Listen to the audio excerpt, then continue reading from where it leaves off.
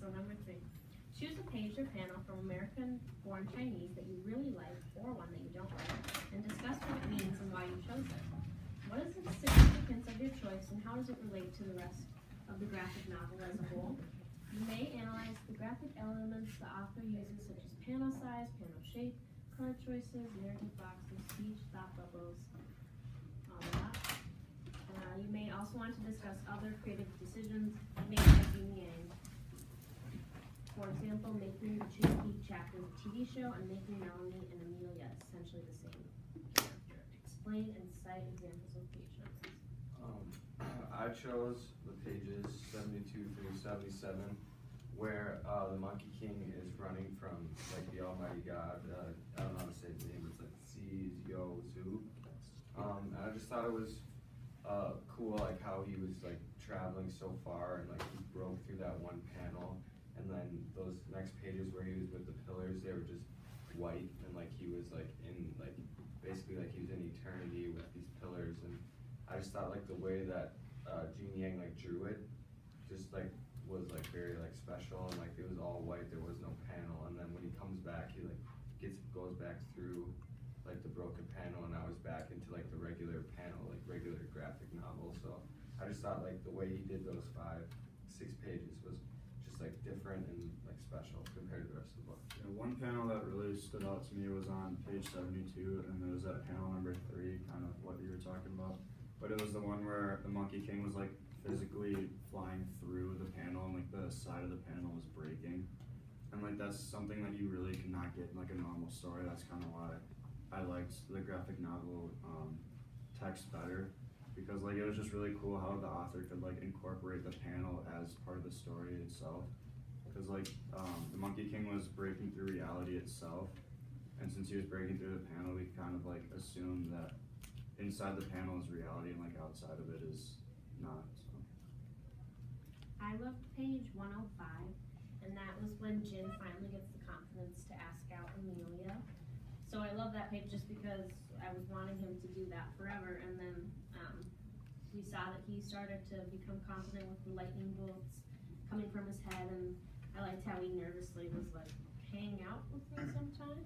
And then I loved the big panel that was a close-up just of her mouth saying yes, and like I imagine that as what Jin like kept seeing in his head or replaying. And those panels were kind of like soft and a little bit blurry and like super bright, so I just kind of imagined that as like Jin's like in the moment, you know, like a big moment, you kind of like it goes a little fuzzy or you're like super nervous. So that's how I was imagining it. Yeah, my favorite page was on 211, or was 211, and this was the fight between Chin-Kee, the Monkey King, and Danny, which we later found out was Jin.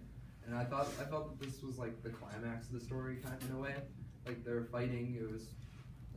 I really enjoyed like the motion lines. Like it showed like some velocity and like it showed the movement, and like there's also the sound effects of like the different kung fu moves that Chin-Kee was like using on Danny, and I really enjoyed that page. And one of the reasons I thought I really enjoyed it is because it almost like words weren't necessary with it. Like we kind of like got what was going on. Like you didn't need, like there were some speech bubbles being used, but honestly I didn't even like need the speech bubbles because I already knew what was going on. You could tell by the facial expressions what was happening and like who was winning the fight. And another page that I thought this like words weren't necessary was page number 72, because like when we at that point, at both points in the story, 212 and 72, we knew the characters enough that we kind of knew how they were thinking, what was going on, and we didn't even need like the narrative box or the speech bubbles to know what was going on in the story. I also put down page number 212 for one of my favorite panels in the novel, because I really liked how the author kind of made that the full page, and throughout that fight he had the laughter on the bottom of the panel, but just as Danny knocked off Chin-Kee's masks, he put a star there, signaling like the end of the laughter and just everyone shocked. And it kind of brings, you know, the climax to the story that we find out that Chin-Key was never a real person, just a made-up character to try to show Jin like who he's trying to hide, like who he really is, and yeah, just how that kind of all happened with the Ananas and of the motion and the head coming off. I don't know. I'm sorry. One page that I didn't really like was on page 58, and it's the page in the panels where the Monkey King is like physically changing himself, and you see the lines kind of like making him bigger, and he's turning into more of a human character, and it just kind of made me sad that like this was kind of the start of when each of the characters start to really change themselves to fit what is like perceived as normal, and they can fit into like their school or their life or whatever it is, and like I just thought it was like must have been really hard to like be so or like unhappy with yourself that you wanted to change who you are. Yeah, on the other hand of that, that's why I like my panel's on page 160. It's the only panel on that page. It's the big panel where he's walking with, or the Monkey King is walking with the monk, like walking away, and his shoes are in the front of the panel, and you can see them in the distance walking. And I think that's a very important panel. It shows you and teaches you that it's just best to be yourself, and like that was the only way you go on the journey with the monk. And I thought it was cool seeing like their footprints, like the monks had the man footprint, and then the monkey had that little footprint. I thought that was a cool way of being like everybody's different, but like you're still like you, just gotta be you. I liked page 228 when Jin was waiting for Wei Chen at the restaurant, and Gene Wong used Emanada to show all the noises coming from the car that Wei Chen was driving up in, and it was interesting to see how he changed in like the time period when he last saw Jin. And one thing that surprised me in that panel was how Gene Yang had Wei Chen driving like kind of a stereotypical Chinese car, just like kept adding to that stereotype. I really liked the panel on page 19. It was when like the Monkey King just got mad because he wasn't allowed into the party, and he like beat all the people up. And I really liked that panel just because it showed a lot of facial expressions on everyone. It just really showed how mad the Monkey King was, and then like the expressions of the people that he beat up, and that they were just like down. So I thought that was like a great example of like showing facial expressions. My favorite page was page 182, where Jin is thinking of Greg asking him not to date Amelia again. And I like how there's a gradual progression of how angry Jin gets, because at first he just says no, and then he says hell no, and then he says more like I need to punch you in the face or something like that. So I like that gradual build up of what Jin is thinking as he replays that question in his mind. And I also like the color choices in that panel where like the background is just like it has a lack of color, but then Jin and his lightning bolt around his head, they're drawn in full color, so that shows like how strong Jin's emotions are at the time.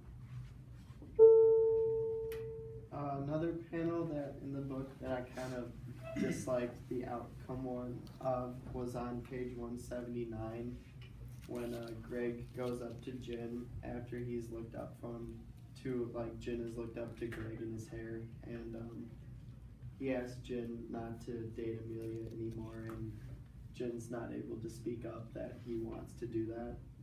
And so I don't really like that outcome, but I like how at the end of the panel the author just did the full length of just Greg kind of, or not Greg, Jin, just kind of alone and sad. I think that kind of like was a good way to capture his emotions about what just happened. Going along with that, I really liked when that happened, how afterward Jin thought of all the ways like that he could have handled that situation instead of the way that he did. Like he thought that, like you were saying earlier, I just thought that was really a great way to like show what could have happened.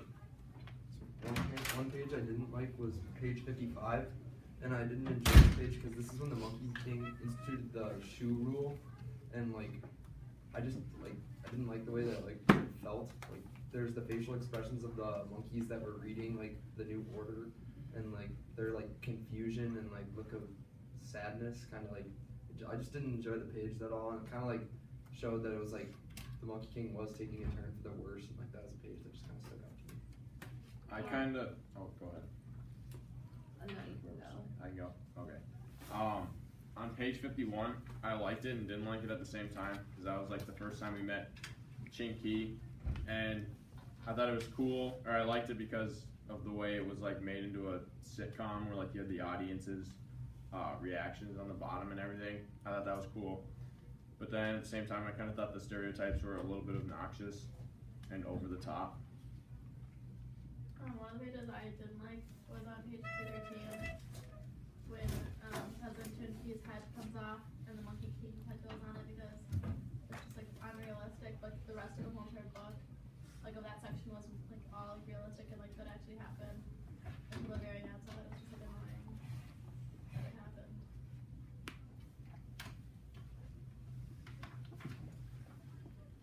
Do you guys feel like the author should have made the other two stories besides Chinky kind of like a comedy show, or do you think that would have kind of ruined its purpose?